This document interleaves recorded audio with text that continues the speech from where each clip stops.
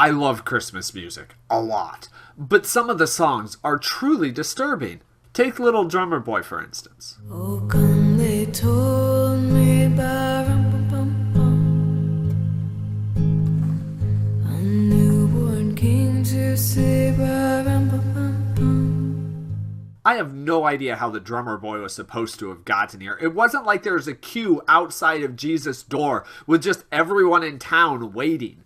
I mean, presumably he came with a magi. A large party of people traveling a great distance, you bring musical accompaniment. Fair enough. But if he came with a magi, then he didn't come to see a newborn. He came to see somebody who's like a year old. That's a minor point, I agree. We pretty much all assume that the Magi came and saw Jesus as a newborn, but that's not what the story actually says. Alright, so the author of the song added a completely new character. Fair enough. It continues quite sweetly, actually. The drummer boy is offering to give the best that he has, and everybody else is giving gifts, and the only gift he has is to play his drum. Shall I play for you, pa-rum-pa-pum-pum, on my drum? Mary nodded. Pa-rum-pum-pum-pum. Okay, here's the first real problem of the song, and it goes into the problem with the entire idea of the song. No parent in their right mind wants noise around their newborn, because the instinctive reaction of any newborn to loud, sudden noises, which by definition would be a drum, is to cry and scream. Newborns have an instinctive response that anything that is loud, sharp, threatening sounding, they freak out about. The last thing any new mother wants is somebody banging a drum around their newborn. Who does that?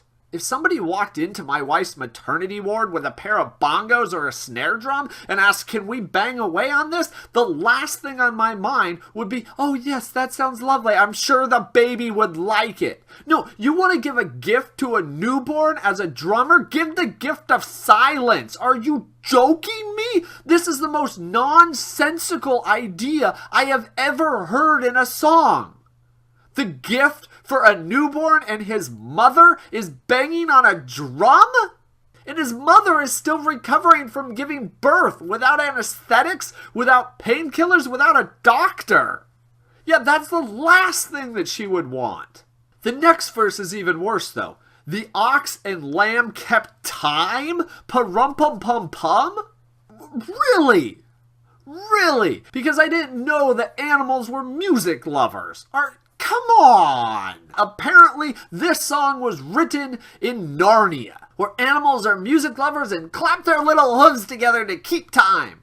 This was real life, and in no circumstance in real life is a sheep and cow going to be stomping their feet or mooing along. Nor is a new mother ever going to want a drummer to play for her newborn. Even the final lines of the song show just as much of a disconnect from reality as the rest of the song. Then he smiled at me, pa-rum-pum-pum-pum, me and my drum. That sounds very sweet, but newborns can't smile. They have kind of instinctive mouth reflex thing, but actual smiling because they have pleasure shows up at like 2 to 3 months. A brand new baby Jesus isn't going to be smiling at anything, and I guarantee you no newborn baby is going to be smiling at drums bashed next to his head. There is no biblical foundation to this story of any kind. The only biblical references that it has that gets wrong. There is no historical foundation for this. There is no logical foundation for this. There is no theological foundation. There is no foundation of any sort for this being an acceptable song.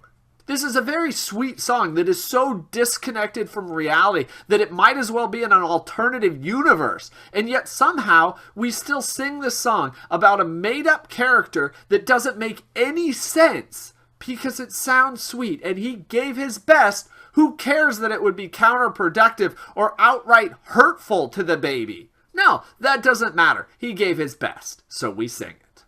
I really don't understand why we sing some of these Christmas songs. Oh well, I hope you have a Merry Christmas. Thank you for watching. See you next video.